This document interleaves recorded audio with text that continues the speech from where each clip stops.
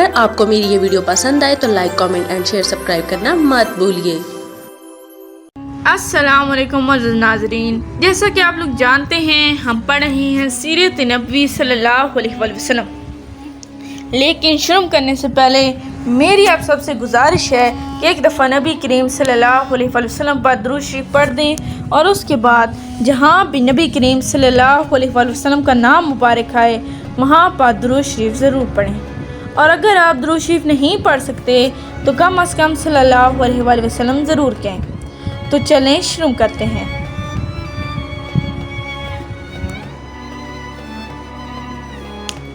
اس کے باب نمبر 103 ہے جس کا نام ہے غزوہ تبوک۔ اس پر شیما نے اپنی قوم کے قیدیوں کو رہا کرنے کا مطالبہ کیا۔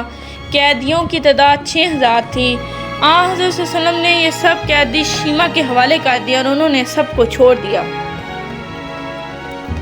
یہ حد درجے شریفانہ سلوک تھا۔ اس طرح شیما اپنی قوم کے لیے بے حد ببرکت ثابت ہوئی، اور اس کے بعد بنی حوازن کے دوسرے قیدیوں کو بھی رہائی مل گئی۔ مالک بن عوف جنگ کے میدان سے فرار ہو کر طائف چلے گئے تھے، جبکہ ان کے گھر والے قیدی بنا لیے گئے تھے۔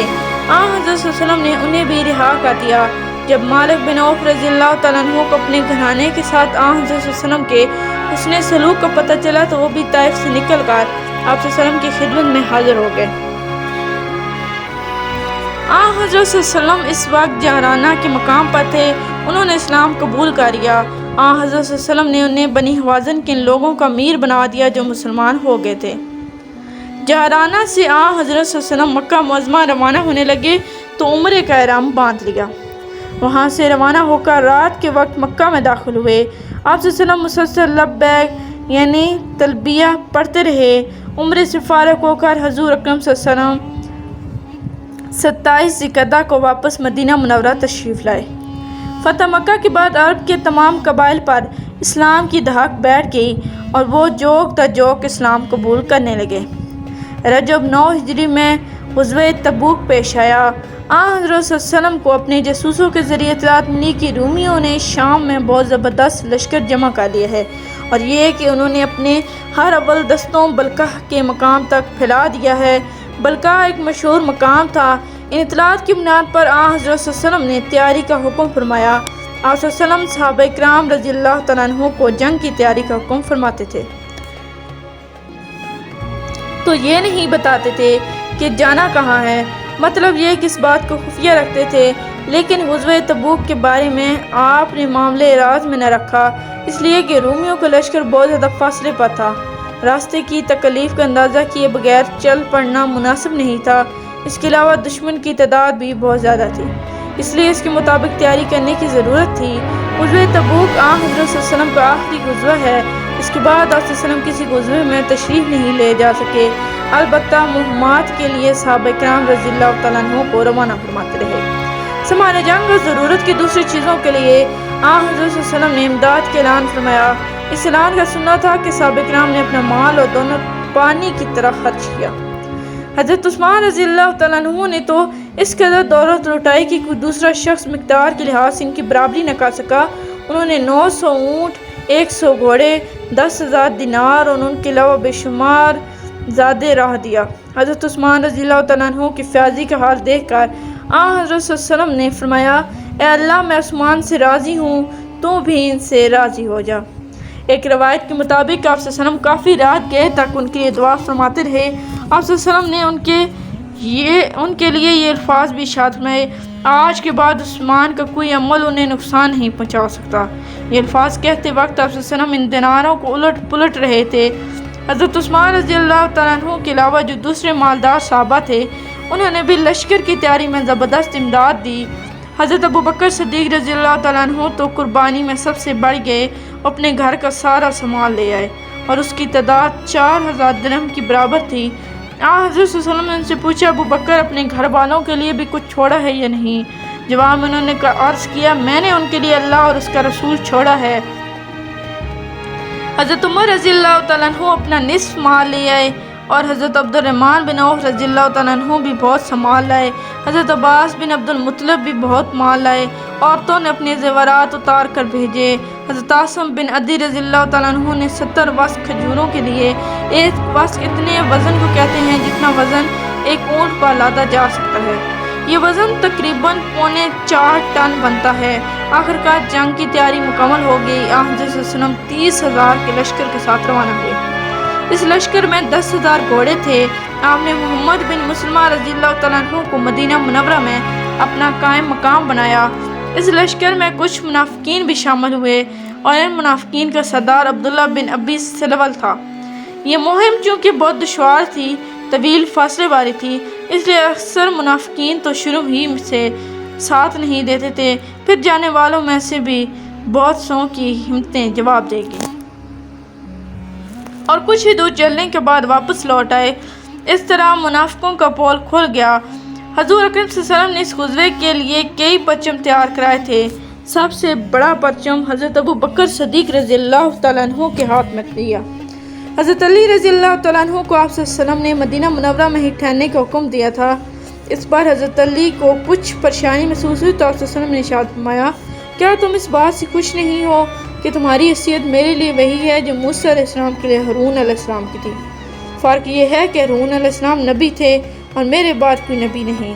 یہ سن کر حضرت علی رضی اللہ تعالیٰ عنہ مطمئن ہو گئے۔ سوائے غزوہ تبوک کے اور کسی غزوہ میں ایسا نہیں جس میں حضرت علی رضی اللہ تعالیٰ عنہ نے شریک نہ ہوئے ہوں۔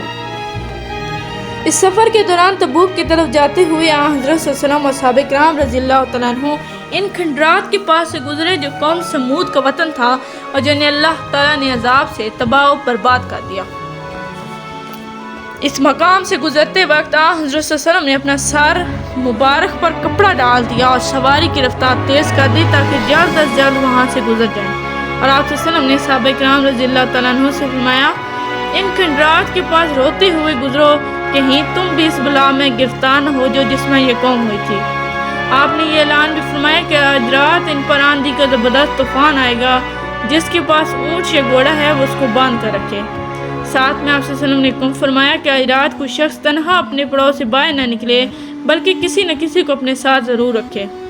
پھر اتفاق ایسے ہوا کہ ایک شخص کسی ضرورت سے تنہا باہر نکل گیا۔ نتیجہ یہ ہوا کہ اس کا دم گھٹ گیا اور ایک دوسرا شخص اپنے اونٹ کی تلاش میں نکل گیا۔ اس کا انجام یہ ہوا کہ ہوا سے اڑا لے گئی اور پہاڑوں پر جا پھینکا۔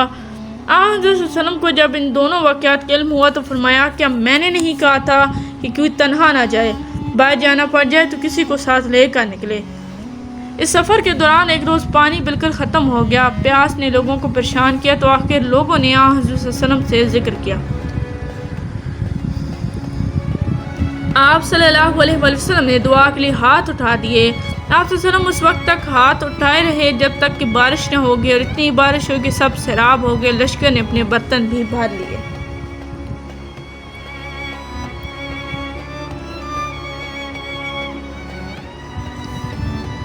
ان حالات میں آپ صلی اللہ علیہ وسلم کی اونٹنی گم ہو گئی۔ آپ صلی اللہ علیہ وسلم نے اونٹنی کو تلاش کرنے کا حکم دیا۔ لشکر میں کچھ منافق رہ گئے، وہ واپس نہیں گئے تھے۔ اس موقع پر وہ کہنے لگے، محمد صلی اللہ علیہ وسلم کا دعویٰ تو یہ ہے کہ وہ نبی ہیں اور یہ مسلمانوں کی آسمان کی خبریں سناتے ہیں، لیکن انہیں یہ نہیں معلوم کہ ان کی اونٹنی کہاں ہے۔ آن حضرت صلی اللہ علیہ وسلم تب منافقین کی یہ باتیں فوراً ہی پہنچ گئیں۔ آپ صلی اللہ علیہ وسلم نے لوگوں کے سامنے ارشاد فرمایا، مجھ تک کچھ لوگوں کی یہ بات پہنچی ہے، اللہ کی قسم میں انہی باتوں کو جانتا ہوں جو اللہ تعالیٰ مجھے بتا دیتے ہیں، اور اونٹنی کے بارے میں مجھے ابھی اللہ نے نہیں بتایا کہ وہ فلاں وادی میں ہے، اس کی مہار ایک درخت کی ٹہنی میں الجھ گئی ہے، تم لوگ وہاں جاؤ اور اونٹنی کو میرے پاس لے آؤ۔ لوگ وہاں گئے تو اونٹنی کو اسی حالت میں پایا جیسا کہ یہاں حضرت صلی اللہ علیہ وسلم نے فرمایا تھا۔ سفر جاری تھا کہ حضرت ابو ذر غفاری رضی اللہ تعالیٰ عنہ کا اونٹ تھک گیا۔